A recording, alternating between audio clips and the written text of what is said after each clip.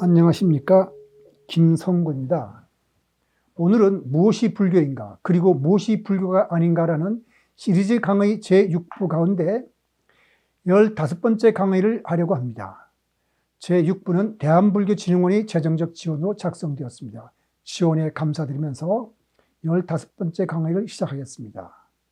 15번째 강의 제목은 정신물질의 상보성인데, 그 무슨 뜻이냐면은 정신과 물질은 같은 실제의 두 가지 측면일 수 있다 하는 그 가능성을 한번 생각해 보겠다는 뜻입니다. 윤회는 분명히 의식이 두뇌를 떠나서 활동한다는 것을 뜻합니다. 이것을 정신과 물질을 별개의 실체로 보는 것으로 이해한다면 이것은 정신물질 이원론을 받아들이는 것이 됩니다. 그런데 정신과 물질을 실체로 보게 된다면 정신물질 이원론이든 유물론이든 철학적으로 해결할 수 없는 문제가 생깁니다.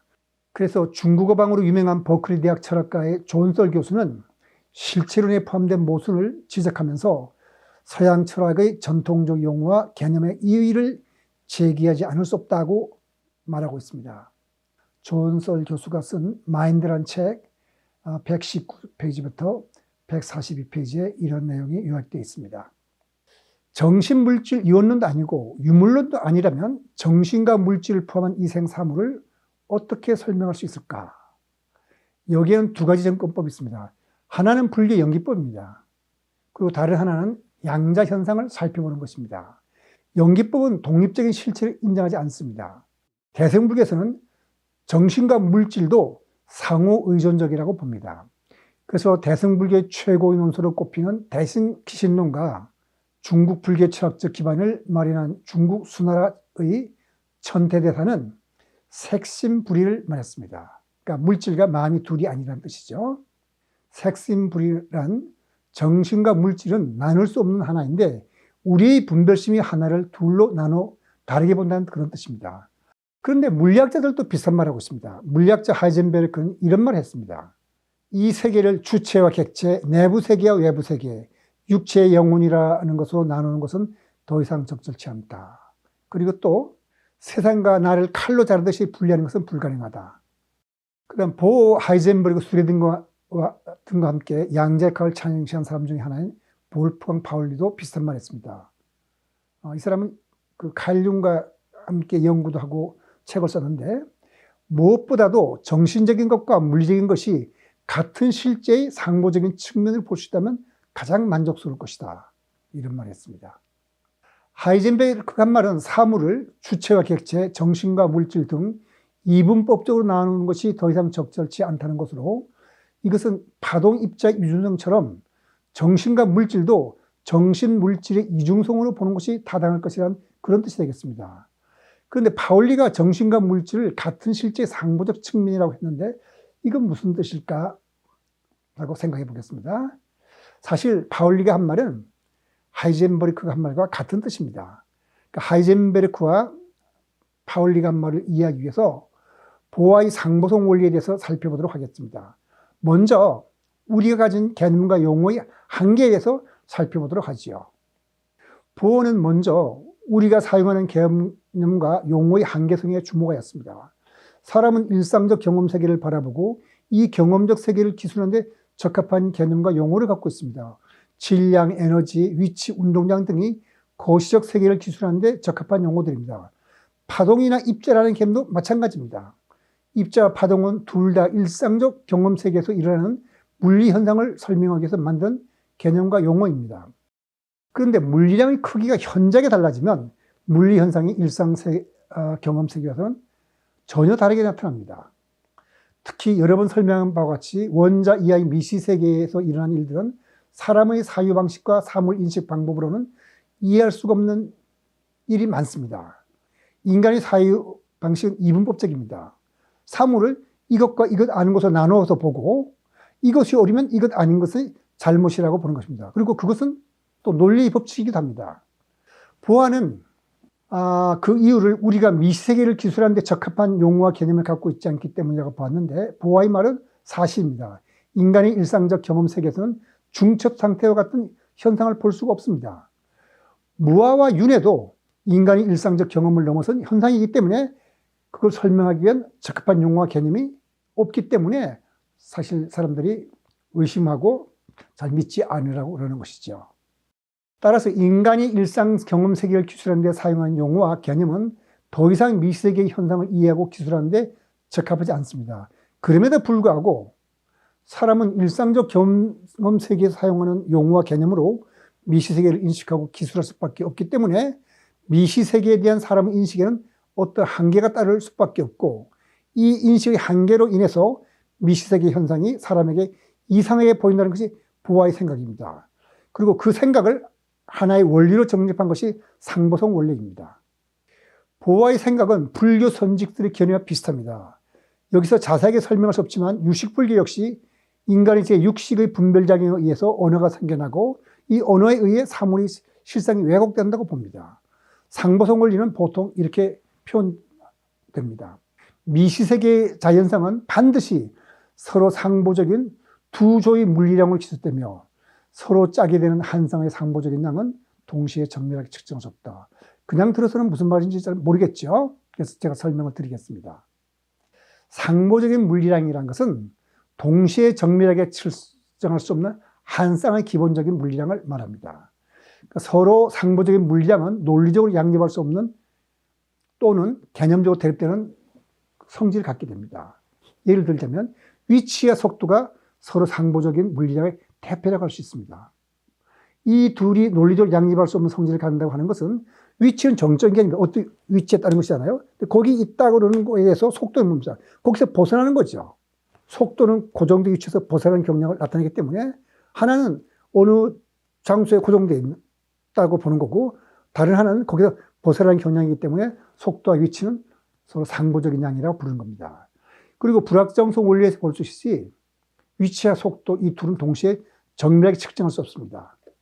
위치와 속도는 그 성질이 개념적으로 서로 대립적이지만 물체의 운동을 바르게 기술하기 위해서는 어느 한쪽만의 개념으로서는 부족하고 둘의 개념이 모두가 필요합니다.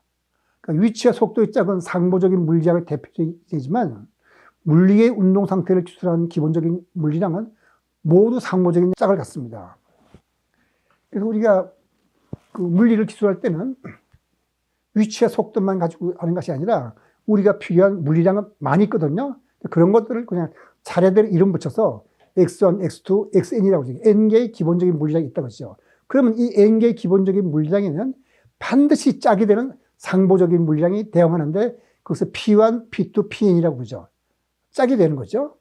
그러니까 서로 짝이 되는 상보적인 물리량 X1과 P1, 그 다음에 X2와 P2, 그 다음에 XI와 PI, 이렇게 짝들은 동시에 정밀하게 측정할 수가 없다는 것이 상보성 원리의 기본 내용입니다. 짝이 되긴 상보적인 물리량 중 어느 한쪽을 불확 정도가 없이 정밀하게 측정하면 그 물리량의 짝에 대한 다른 물리량의 불확 정도가 무한대가 돼서 정밀 측정의 의미가 없어집니다.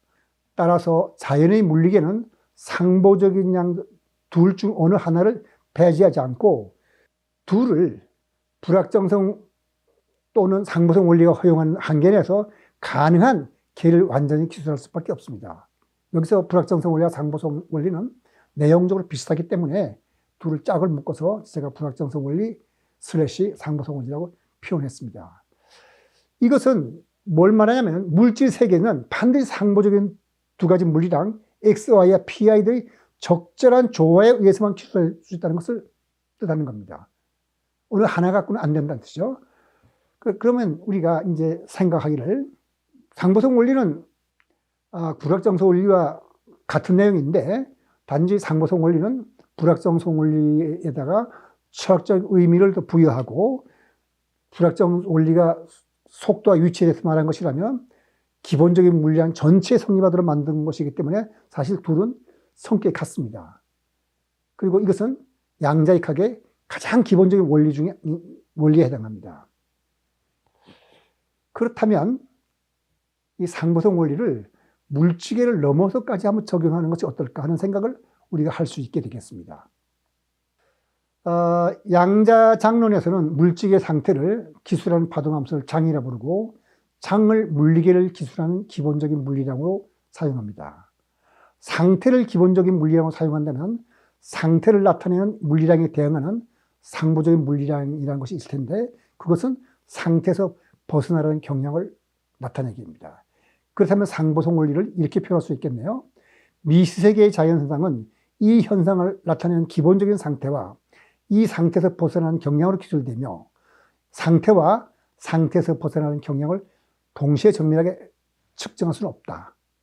만일 양자장론을 흉내내서 상보성 원리를 확대 해석하고 물질계를 넘어서서 모든 사물에 적용한다면 이렇게 말할 수 있을 겁니다. 사물을 이분법적으로 나눠서 이것과 이것 아닌 것으로 분별하여 기술하면 이 두 개념 중 어느 하나만으로는 사물을 기술할 수 없다. 이것이라고 하는 순간 이것 아닌 것의 불확정도가 커져서 이것이라고 기술하는 것의 의미가 없어지기 때문에 이것과 이것 아닌 것을 적절하게 조화를 이루게 하여 사물을 기술하는 수밖에 없다. 이렇게 말씀드릴 수가 있겠습니다. 이제 하나의 가설로서 상보성 원리는 물리학적 원리이지만 이 원리를 불교에 적용해 보도록 하겠습니다. 물리학적 원리를 물질계를 넘어서서 불교에 적용한다는 것이 이상하게 들릴지 모르지만 이것은 제 생각이 아니라 양자역학의 철학적 기반을 말한 보아와 하이젠버그의 생각이었습니다. 보아는 이렇게 말했습니다. 양자역학의 개념적 구조를 이해하기 위해서는 심리학과 같은 다른 분야의 과학이나 일찍이 붓다나 노자가 직면했던 인식론적 문제로 되돌아갈 것이다. 부처님이 직면했던 인식론적 문제가 뭔가요? 바로 공과 중도죠. 그리로 돌아가자는 뜻입니다. 그리고 하이젠베르크도 다음과 같은 말합니다. 지난 2차 대전 후 일본의 이론 물리학이 이룬 가장 큰 과학적 공헌은 극동의 철학과 양자론의 철학 사이에 어떤 확실한 관계가 있음을 인식한 것이었다. 여기서 하이젠베르크가 말하는 극동의 철학은 바로 공과 중도의 원리와 그 다음에 중국에서 말하는 음양조화설을 뜻합니다. 보아는 자신의 상보성 원리를 가리켜 음양설을 물리학적 원리로 표현한 것이라고 하였는데 보아는 사물을 이분법적으로 나눌 때 필연적으로 갖게 되는 대립되는 두 가지 개념, 음과 양 중 하나만으로는 사물의 본질을 설명할 수 없고 음양의 조화가 우주의 운행 원리라 보고서 보아가 나중에 귀족의 장애를 받을 때 그 옆에 보는 그림처럼 태극으로 가문의 문장을 만들었습니다. 그 태극 문장 위에 보면은 그 덴마크어 옛말이 써져 있죠. 태국 주위에 콘트라리아 순트 콤프리멘다라는 말이 있습니다. 이것은 무슨 뜻이냐면 대립적인 것은 상호 보완한다는 뜻입니다. 대립적인 것은 서로 배척하지 않고. 이제는 하이젠베르크가 사물을 정신과 물질로 나누는 것이 더 이상 적절하지 않다고 말하고 파울리가 정신적인 것과 물리적인 것은 같은 실제 상보적인 측면이라고 한 말의 뜻을 이해할 수 있을 것이라고 믿습니다. 두 사람은 사람이 가진 사물 인식 능력의 한계 때문에 같은 하나의 실제를 파동이라 보기도 하고 입자를 보는 것처럼 같은 실제를 때로는 정신, 때로는 물질로 본다는 그런 뜻입니다. 정신과 물질을 같은 실제의 상보적인 측면으로 본다면 몸이 죽은 후에도 의식이 활동하는 것이 이상하지 않을 것입니다. 정신과 물질, 정신물질 이중성 또는 같은 실제 상보적 측면이라고 본다면 정신과 물질을 아우르는 새로운 정신과학이 탄생할 것입니다. 그러나 상보성 원리를 이렇게 확대 해석하는 데는 우리가 한 가지 고려하고 살펴봐야 할 문제가 있습니다. 불확정성 원리와 상보성 원리가 양자역학의 기본 원리이고 하이젠베르크와 파울리가 뛰어난 물리학자라고 할지라도 양자역학의 관찰자가 의식을 가진 존재일 필요가 전혀 없다면 상보성 원리를 확대 해석하는 것은 그저 하나의 가정일 뿐 특별한 의미가 없을 것입니다. 그래서 양자역학의 관찰에서 관찰하면 파동이 깨지고 입자가 나타난다고 부르는데 그 파동에서 입자를 나타나게 만드는 것이 과연 의식이 중요한 역할을 하는지 안 하는지 이 문제가 오랫동안 논란되어 있습니다. 그래서 이 다음 제16강에서는 양자역학의 관찰에 의식이 관여하는지를 알아보기에 양자역학의 측정 문제에 대해서 살펴보려고 합니다. 오늘 강의는 여기서 마치도록 하겠습니다.